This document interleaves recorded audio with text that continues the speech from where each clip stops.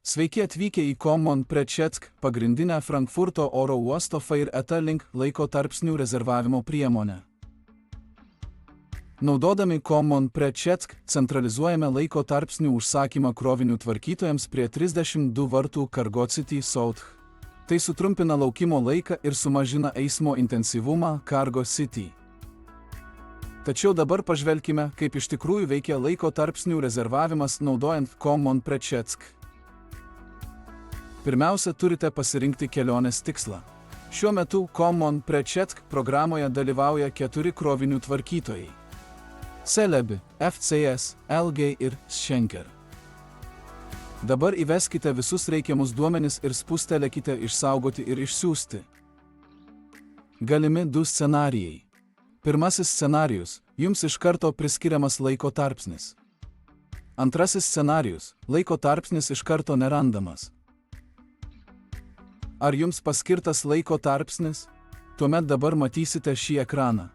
Jame pateikiama visa svarbi informacija, pavyzdžiui, pradžios laikas ir rampos numeris. Taip pat gausite SMS žinutę su visa informacija. SMS žinutėje taip pat nurodytas numeris, kuriuo turite užsiregistruoti krovinių vežėjo registracijos biure. Jei jums tinkamo laiko tarpsnio nepavyko rasti, pamatysite šį ekraną.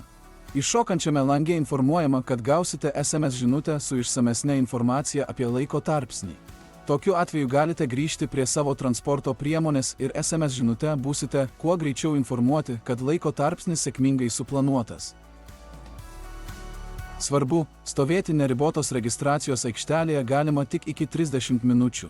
Jei turite daugiau laiko iki sloto pradžios, galite pasinaudoti viena iš sunkvežimių stovėjimo vietų esančių šalia. Be sunkvežimių stovėjimo aikštelės prie 32 vartų į vakarus nuo Cargo City South, netoli 31 vartų, yra dar viena sunkvežimių stovėjimo aikštelė. Galiausiai išvykite likus 30 minučių iki laiko tarpsnio pradžios, kad laiku atvyktumėte prie krovinių tvarkytojo. Tuomet galite registruotis registracijos biure kaip įprastai. Dėkojame, kad naudojatės išankstinę patikrą ir iki susitikimo Cargo City Estei.